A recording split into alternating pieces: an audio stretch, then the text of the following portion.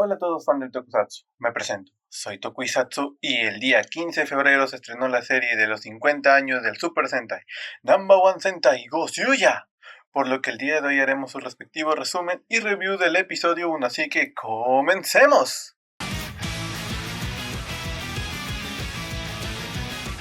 La serie arranca mostrándonos más sobre lo ocurrido en la guerra contra la calamidad, donde cayeron todos los robots del Sentai, incluido Boom Boom, que solo llevaba una semana de haber revivido.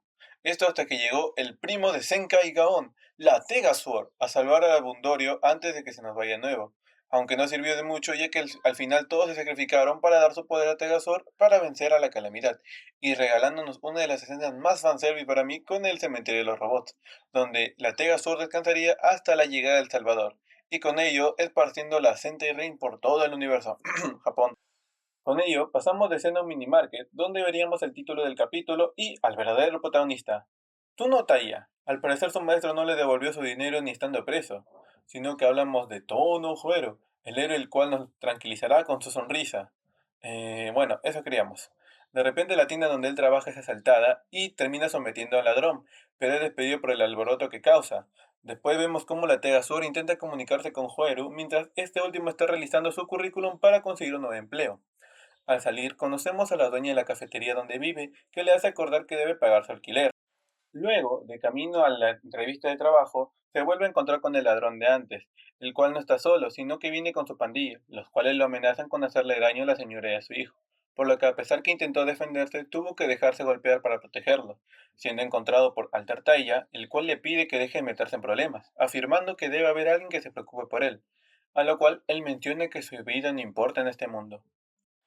Pasando de escena, nos muestran el mundo donde habitan los villanos, el No One World, y un mecha pilotado por alguien llamado Fire Candle, al cual una chica llamada Bouquet le avisa que debe hacerse con un anillo antes de que la Tegazor despierte, al cual se refieren a él como el dios de la destrucción.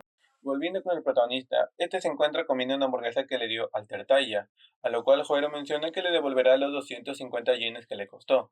Mientras conversaban, nos enteramos del sueño de Taiya, el cual es ahorrar para hacer un concierto, mencionando que él quiere ser el músico número uno y con ello mencionando cómo los sueños y los deseos dan sentido a nuestra vida. A lo cual Joero tiene un pequeño recuerdo, después mencionando que no tiene ningún deseo. El momento es interrumpido por Candle, el cual llega con su robot haciéndose llamar el Salvador número uno, y con ello también apareciendo los patrulleros de esta temporada, haciendo un caos por la ciudad. Ante ello, Alter Taiya saca un anillo y ocurre esto. Ay, ay, no ma. Ay, no ma. No mames, va a decirlo. Viejo. Me meo, lo va a decir. ¿Decir qué? ¡Bum, bum! ¡Ellos!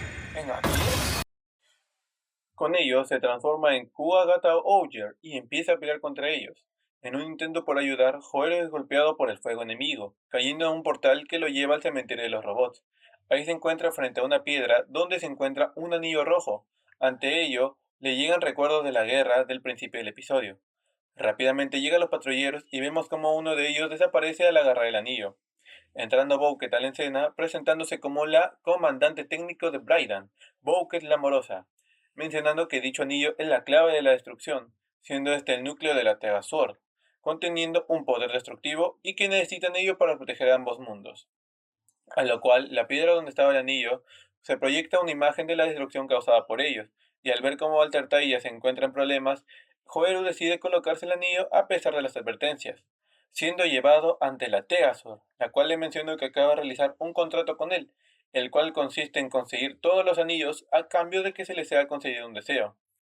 Ante eso, Joero menciona que sus deseos lo han destrozado varias veces, mostrando ahora sí el recuerdo completo en un lugar que parece el No One Guardo, donde una mujer que podría ser su madre o alguien importante para él le dice que no debe desear nada para no lastimar a los demás, por lo cual Tegasor le menciona que debe aprender la verdad de sí mismo y para ello deberá convertirse en el número uno, mencionando que le esperan batallas que lo conducirán a la cima y recordando lo que le dijo Alter Taiya, él acepta el trato, obteniendo dos anillos y despertando a Tegasor de su letargo. Joeru, siendo devuelto al mundo humano, suelta un aullido, el cual invoca a la Tegasor, y ante la sorpresa de Fire Candle comienza la...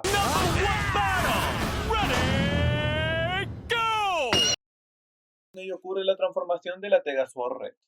Se nos presenta a Fire Candle como el comandante de asalto de Braidan, y a Tono Joeru como el lobo solitario al estilo de un videojuego de peleas. Con ello vemos una gran entrada de Tegazur Red y con su Palm Crash, Soul Booster y con su finisher, el Tegazur Olar Breaker lo destruye.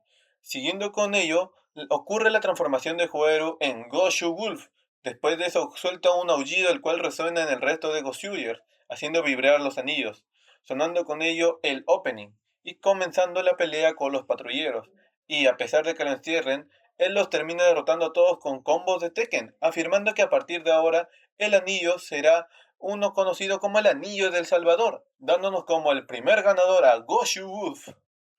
Para terminar el capítulo, nos dejan con Joero devolviéndole el dinero a Altartaya, y con el sonido del ending vemos cómo él no aceptará que alguien sin deseos posee el anillo, transformándose ambos y comenzando una nueva batalla, siendo observados por dos personas, las cuales son Goshu Tirano y Goshu Leo respectivamente. Y con esto concluye el primer episodio de Number One Sentai Go Kyuuber, marcando el inicio de la serie conmemorativa por los 50 años del Super Sentai, la cual desde el primer minuto nos establece un tono diferente a otras series, siendo uno de los aspectos más destacables donde presenciamos el resultado de la guerra contra la calamidad. El cementerio de robots es un detalle visualmente impresionante, con la presencia de numerosos mechas icónicos de la franquicia, demostrando que el conflicto fue devastador incluso para todos estos robots unidos. El sacrificio de los mechas para dotar el poder a Tegazor y poder vencer a la calamidad deja muchas incógnitas abiertas, especialmente sobre la verdadera naturaleza de esta espada y su conexión con el protagonista. A su vez, el episodio nos presenta a Tono Fuero, un héroe con una actitud bastante atípica para los protagonistas del Super Sentai. Lejos del optimismo característico de los líderes rojos, Joero muestra a alguien que ha perdido toda motivación en la vida, al punto de afirmar que su existencia no tiene importancia en este mundo. Uno de los momentos más intrigantes ocurre cuando la Tegazor intenta comunicarse con Joero, a pesar de que él no tiene un deseo claro, lo cual nos lleva a preguntarnos por qué la espada lo eligió y qué conexión oculta tienen. Por otro lado, la introducción del No One Guardo y los villanos, especialmente Fire Candle y Bouquet, nos dejan en claro que hay una guerra en curso donde los Sentai Ring jugarán un papel clave. El episodio toma un giro más interesante con la revelación de que el anillo rojo contiene el núcleo de Tegazor, y su poder destructivo eleva las apuestas a cómo llevarán esto en la serie.